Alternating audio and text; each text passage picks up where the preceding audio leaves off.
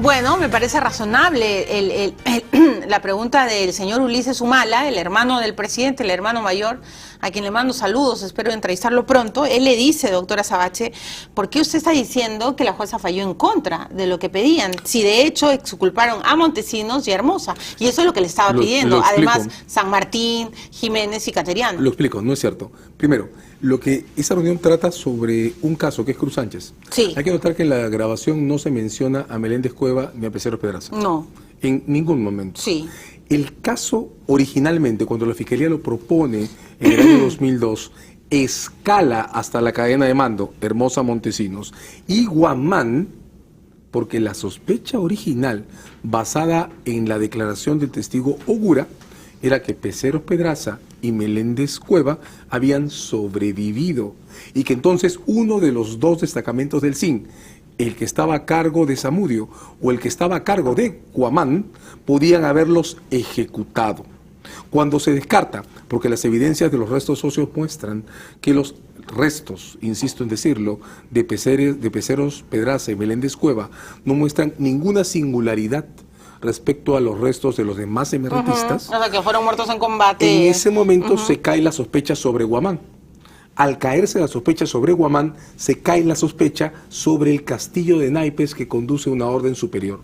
A mayo del año 2012, cuando se produce la reunión, ya estos debates sobre la falta de evidencia suficiente para continuar discutiendo Peceros Pedraza y Meléndez Cueva, y sobre la posibilidad de que con todas las diferencias que nos pueden separar de Hermosa, de Montesinos y de Guamán, y más allá de cualquier preferencia subjetiva, no sea un caso contra ellos. A mayo, repito, de 2012, ya esa discusión estaba abierta, ya quedaba claro que el caso no dependía de la responsabilidad de ellos, sino especialmente de la responsabilidad de Zamudio. Ok, doctora Sabache, pero ¿alguien le tuvo que ordenar a quien haya disparado contra Tito? No, lo que ocurre es que, repito, para tener un caso de dominio funcional y de organización puesta al crimen, se necesita regularidad en más de un comportamiento. Lo voy a poner de esta manera y me voy a disculpar por el ejemplo, pero si un cajero en un banco roba en una ventanilla, la primera sospecha, salvo que haya evidencia concluyente en contra, es que ese cajero es el responsable del crimen. Pero si en esa agencia todos los cajeros roban en ventanillas, entonces el jefe de la agencia tiene que contestar, porque algo está pasando. Ya, entonces lo que usted me está diciendo, para que entiendan todos los peruanos, es que quien mató a Tito tiene que responder por ese crimen. Solo él. Salvo que haya evidencia concluyente de una orden por encima. Pero no se sabe quién lo mató. Se sabe. ¿Quién lo mató? Primero, se sabe que el llamado NN14 fue detenido, no dentro de la residencia, sino en una casa de refugio. Hubo dos policías que lo vieron. Que ambos lo entregaron bajo órdenes de Zamudio.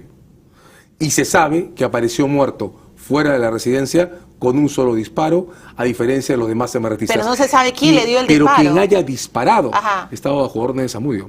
Quien controla la escena es Zamudio. O sea, ¿usted cree que hay que encontrar a Zamudio? Hay que encontrar a Zamudio, y Zamudio nos tiene que decir qué ocurrió ahí, porque puede haber pasado muchísimas cosas. O sea, usted sí, entonces está como la jueza abonando la tesis de que sí hubo ejecución extrajudicial en el caso de Tito. Y como la Corte Suprema. Y pregunto, ¿qué va a hacer el Estado en la Corte? ¿El Estado va a ir a contradecir a la Corte Suprema?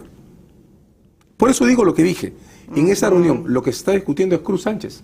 Ya, y ahora, doctora Sabache, con esa misma contundencia con la que nos está explicando, ¿qué va a pasar en la Corte? Porque claro, cualquier miembro de la Corte va a decir, ajá, hubo interferencia política, miren estos audios, esto ha sido un sancochado, fallo en contra del Estado peruano. La mejor plataforma que hasta ahora tenía el Estado para encarar a la Corte era la transparencia del procedimiento en esta última etapa. Teníamos el derecho de por lo menos decir que en la última escena de este caso nos habíamos comportado con la seriedad que la Convención Americana exige para estas cosas. ¿Y estos audios echan por tierra la transparencia? Le dan a quienes promueven la demanda contra el Estado razones válidas, serias, para decir que esa transparencia no es tal. Ahora, miremos la historia de este caso. Ya, ¿cómo nos salvamos? ¿Me puede dar una solución? Primero miremos la historia de este caso, porque falta algo más que decir. Esto comienza con la desaparición de cadáveres que son desviados de su curso natural, que era la morgue. Eso se reparó porque los cadáveres se rescataron, pero así comienza. Luego, en agosto del 2002, se entromete innecesariamente a la jurisdicción militar para partir un caso, el de Peseros Pedraza y Meléndez Cueva, que tenía que ser anulado, no desviado a la jurisdicción militar. Luego, 2 juicios se interrumpen por móviles que para cualquier tribunal internacional son absurdos. El segundo, además, inaceptable. Se destituye a un juez a mitad de debates, con lo que el juicio se cae. Y cuando comienza el tercer debate, que termina con una sentencia más que razonable, desde mi punto de vista, la que confirma que Zamudio debe ser detenido y que el caso de Cruz Sánchez merece un juicio. Y cuando la Suprema ratifica esa decisión, que es una decisión difícil al modo en que se han producido los debates y al modo en que el Ejecutivo presentó su caso después de la reunión de mayo del 2012, por cierto, aparecen estas grabaciones que ponen en duda las condiciones institucionales en las que se ventilaron todos los debates. En un segundo, ¿cómo nos salvamos, doctor, ante la No Corte? nos salvamos. Desde mi punto de vista... No nos salvamos. Desde mi punto de vista, este audio es más de lo que un juicio en un sistema como el Sistema Internacional de Protección de Derechos Humanos puede admitir. Entonces, ¿cuál es el futuro para el Perú? Yo creo que lo que tenemos que hacer ahora es empezar a discutir seriamente cómo encaramos la crisis que hemos generado y cómo contenemos sus consecuencias. Porque la verdad es que hemos tirado por la borda todos los años de esfuerzo que gente como José Pablo Barayba y Snow, que gente como la propia Rojasi, el tribunal que conformó, que gente como la que integró la Sala Suprema que ratificó este fallo, han tenido que concentrar para producir una decisión que teníamos lista hace 2 semanas, que se publicó comenzando el mes de agosto. ¿Quién ha propalado esos audios es un traidor a la patria? Yo creo que quien ha propalado esos audios, bueno, quien los ha difundido, ha hecho lo que debía hacer. Porque esos audios existen. Y si existen, tenemos que discutirlos, tomarlos en serio y asumir las responsabilidades. No es un delincuente como dice San Martín. No, difundirlos,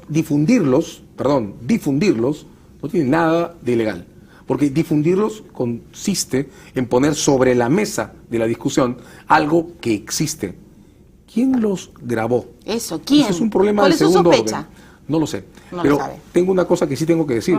Para un tribunal internacional como la Corte Interamericana de Derechos Humanos, la cuestión es muy simple de resolver. El garante de que este tipo de grabaciones no se produzcan es el Estado. Sí, claro. Y si el Estado no sabe quién lo ha grabado, el Estado es el responsable de que se hayan grabado. Y en consecuencia, también la existencia del audio es una razón para dudar de la seriedad de las condiciones institucionales en las que se está discutiendo este caso. O sea, como usted dice, vamos muertos, ¿no? Yo creo que en lo que tenemos que empezar a pensar. Fernando Vivas lanzó ayer un artículo en el que, molesto, enojado, en la página del Comercio decía, tenemos que empezar a pensar en allanarnos a esta demanda de una buena vez. Yo creo que Fernando tiene la magia intuitiva de acertar por el sentido común. Yo creo que tenemos que empezar a pensar en una manera de no llegar a juicio por el caso Cruz Sánchez de una buena vez. Vamos a ver, doctora Sabache, qué sucede, pero yo antes, y por favor, solo en un segundo la respuesta porque tengo que entrevistar a Belisa de las Casas. A inicios de julio estuvo aquí el ex congresista, el ex ministro Rafael Rey, ¿no es cierto?, sobre el caso que él sigue. Usted sabe pues todo lo que ha pasado con... Tengo que leerle la cifra. Él contaba que Cateriano no quería pues que se contrate a su abogado porque le parecía muy caro, y lo mencionó usted como un ejemplo diciendo que usted estaba defendiendo a Cayetana Aljovín por 118.000 soles y que este era un documento del Ministerio de Economía, ¿no es cierto?, donde se exoneraba de concurso público, y que en el caso de Rafael Rey su abogado estaba pidiendo 85.000 soles, pero al ministro Cateriano le parecía muy caro.